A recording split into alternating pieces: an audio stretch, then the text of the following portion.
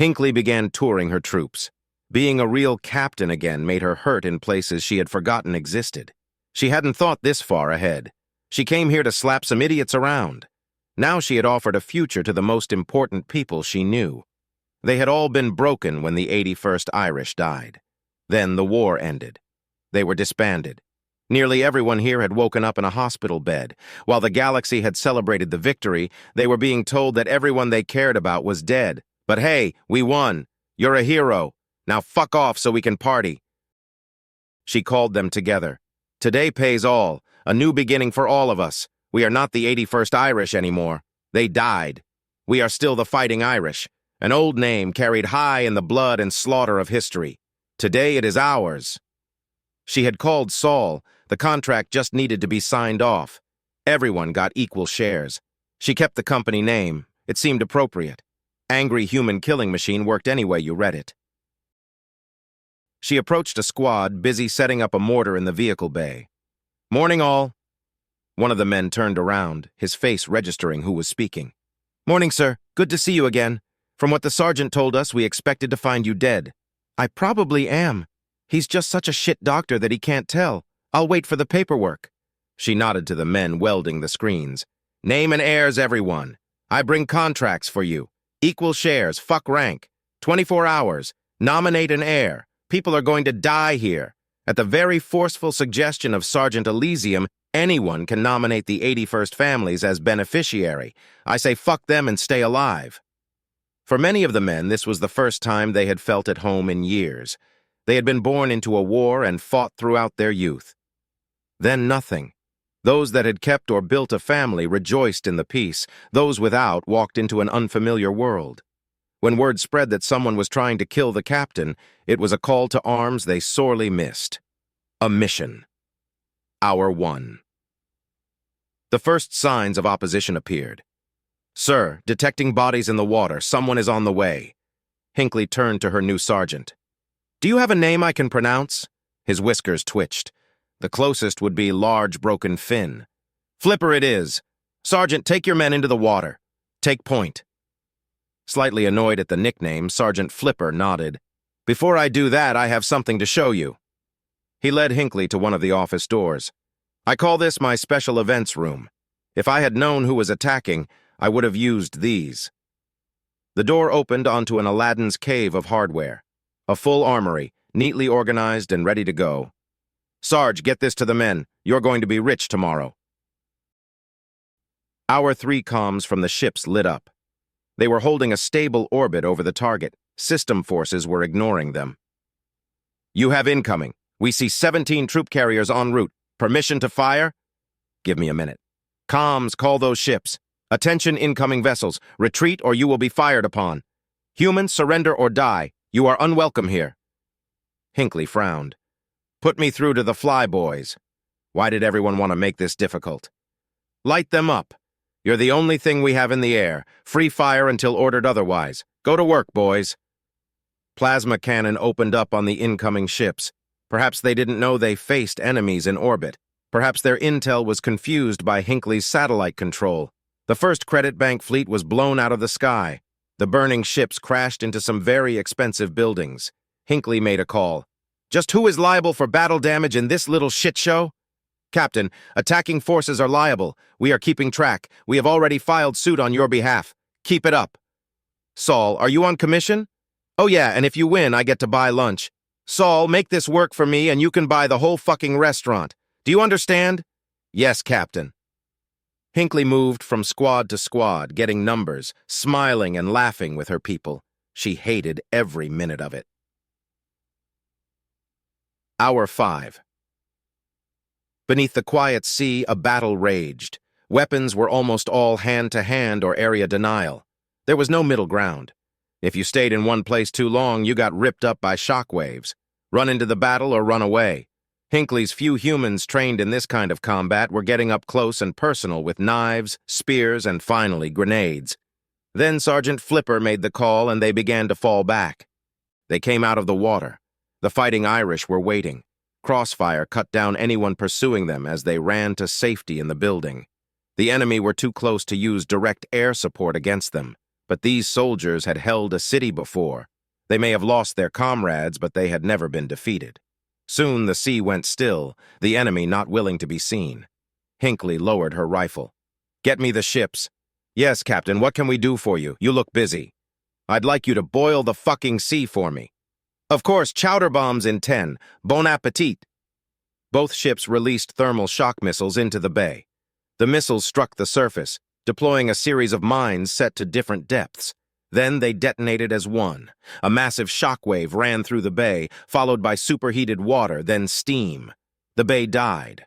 So did the stealth submersibles that had been quietly making their way towards the building. The Private Pension Incorporated troops boiled in their suits. The enemy that hadn't fallen to her men on the surface died to the bombs. After a few minutes, the dead sea life began floating to the surface. The smell was where the missiles got their nickname. Hour 7 Hinckley was watching the stock exchange. Weirdly, it provided good intel. When she saw another stock tank, she knew that they had killed off 3 attempts at ending her little invasion. She began buying up their shares. Happily, Blackbody Corp had a fuckton of shady cash, and now it was hers to play with. Hour 9. Captain, flyboys report a shielded surface fleet approaching. 4 hours out. 3 capital class, 4 frigates. They are from the central bank, the big boys. Do we have a plan? They can stand off and level the place. They sound nice. Let's steal them. Locate all our surface assets. There must be boats around here somewhere. She called her sergeants. I want to take them. They have the heavy guns we might need. I want you to get boarding parties together. Pretend we are back in space. Then it's like old times. There's no point in sitting here waiting for the sky to fall. Here's what we're doing. Sergeant Flipper listened. Despite his years in the army, the stories, the victories, the humans' behavior still surprised him. He expected fear or shock. Instead, everyone was just nodding and agreeing to what looked like a suicide mission. His people would have dug deep and waited for a chance to strike against the invasion troops that would follow the barrage, or died, or run. It would never have occurred to him to attack such a strong fleet, let alone board it because you wanted some bigger guns. Hour 11. Hinckley knew this was a shit show. The odds of pulling this off were long. She had hoped what little government they had would stay out of this. She would never say that to the men, they already knew. They already knew this was a long shot, but they were willing to smile and nod. They still trusted her. Take the ships, and they would live through the night. Failure, and they were dead by dawn. Poor Sergeant Flipper looked like he needed a lie-down. Wait until he found out his part of the plan. Hour 13. Hinckley had taken 60 men with her. A skeleton crew held the building, but, whatever, one thing at a time. She had found enough speedcraft to carry twice the number of men she had. An hour's work on the satellites was enough to give them cover as a totally friendly corp joining in the destruction of the evil invaders. Go for it! Sergeant Flipper called the flagship. Trojan Corp to Central Bank Fleet, please respond. Central Bank Fleet, this is a restricted area. Submit your details. Of course, we are a registered investor enforcement force, sending details. We would prefer to coordinate with you in your attack on the human scum. Everyone on the boats waited in silence. Finally, the response. Details confirmed. What exactly do you have to offer? Our orders are to just blow up the place. We don't need you for that. Sergeant Flipper just started making shit up. As you saw from our details, we are an elite unit. We prefer not to be known for our work. We specialize in dealing with the human military. We can be of use. We intend to land, and we would prefer to do so after your attack, rather than during it. Fine. I'll pass this up the chain. Don't move. Hour 15. You are authorized to land. Please rendezvous with the flagship. There are too many of us to land on one ship. I suggest that I divide our men between the capital ships. Up to you, of course. Just a suggestion. Please wait. You are ordered to divide your men, rendezvous with the 3 capital ships. You will obey all orders from the respective commanders. Hinckley ordered her troops. Get your shit together. These ships only have 20 or 30 crew. Kill them all. If you can capture the captain, fine. Speed is more important. Then turn the guns on the frigates. Hour 17. To the utter surprise of the crew, they were met by humans and knives. It was slaughter. Within minutes, the Fighting Irish had taken the 3 ships. No noise, no demands, just silent death. 2 captains survived. Pinned down and powerless, they watched as Captain Hinckley took over. "Get the frigates up close and personal. I don't want them anyway. Let's make a point." Frigates had a crew of 10. The computers did the rest. When they were told to line up like ducks in a cheap carnival, they did. Sink them. Pull out anyone who survives. They will have a hell of a story to tell. The smaller ships, all sitting quietly in front of the main guns, were overwhelmed by the attack. Quickly, they began to sink. Hinckley had suppressed their comms. No one was coming to help. Hour 19. Hinckley pulled the ships into the bay. "Get the men on shore. We have been very lucky so far. I'll set up the ships to work from there. Not long to go." The central government was unhappy.